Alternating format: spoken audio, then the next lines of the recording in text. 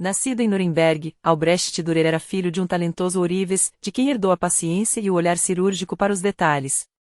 Mas Nuremberg era pequena demais para sua mente irrequieta. Dürer cruzou os Alpes em direção à Itália e lá descobriu algo que mudaria sua vida, o status do artista. Enquanto na Alemanha os pintores ainda eram vistos como meros artesãos e membros de corporações de ofício, na Itália eles eram tratados como intelectuais, matemáticos e filósofos. Meu pai me ensinou a observar cada detalhe. Mas eu sentia que o mundo era muito maior que Nuremberg.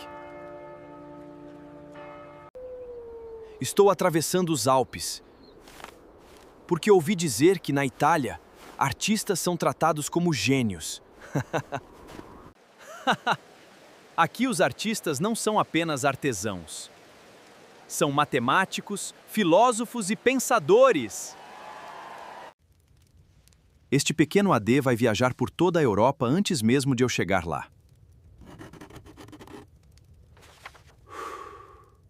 1. Autorretrato com casaco de peles. Pintura a óleo sobre painel. Alte Pinakothek, Munique. É talvez o autorretrato mais ousado e famoso de toda a história da arte. Dürer se pinta em uma pose estritamente frontal, uma simetria que, até então, era reservada quase exclusivamente para as representações de Jesus Cristo. Longe de ser uma blasfêmia herética, Dürer estava aplicando o conceito humanista de que o talento do artista é um dom divino e que o Criador humano espelha o Criador Supremo. A textura do pelo do casaco e o brilho do olhar demonstram uma técnica assustadora de tão perfeita. 2. O Cavaleiro, a Morte e o Diabo gravura em metal, várias coleções, uma das suas 3 gravuras mestras. Ela mostra um cavaleiro de armadura impecável cavalgando por um desfiladeiro sombrio, sem se abalar pela presença da morte, que segura uma ampulheta, ou de um diabo grotesco logo atrás. É a personificação do soldado cristão que segue seu caminho reto com coragem moral,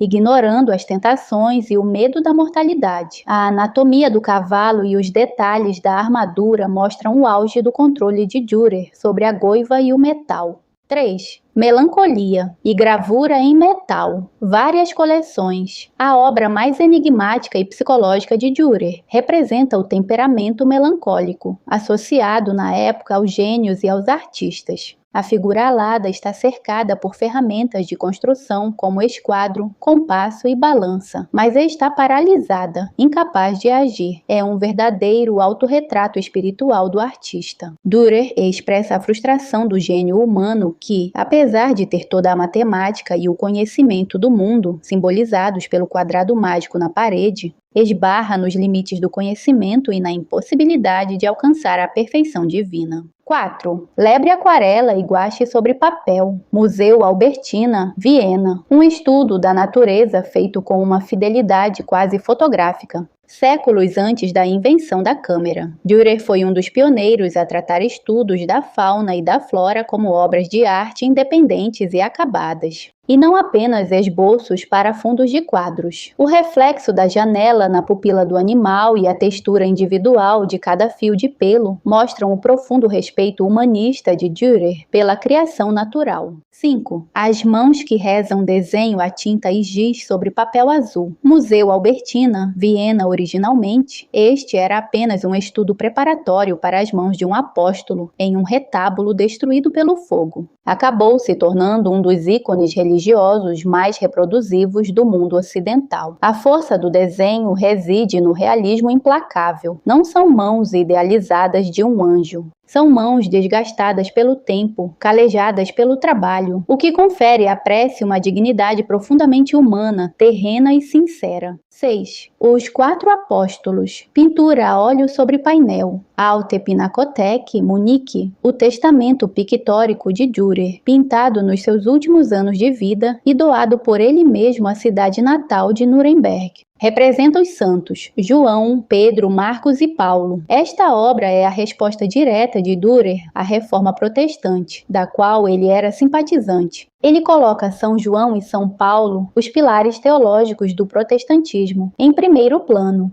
enquanto São Pedro, o símbolo do papado, fica discretamente ao fundo. Os tecidos pesados dos mantos e as expressões severas dos rostos mostram a monumentalidade da sua fase tardia. Dürer voltou decidido a ser um gigante. Ele não apenas dominou a pintura a óleo, como revolucionou a xilogravura e a calcogravura, gravura em metal, transformando o mercado editorial da época.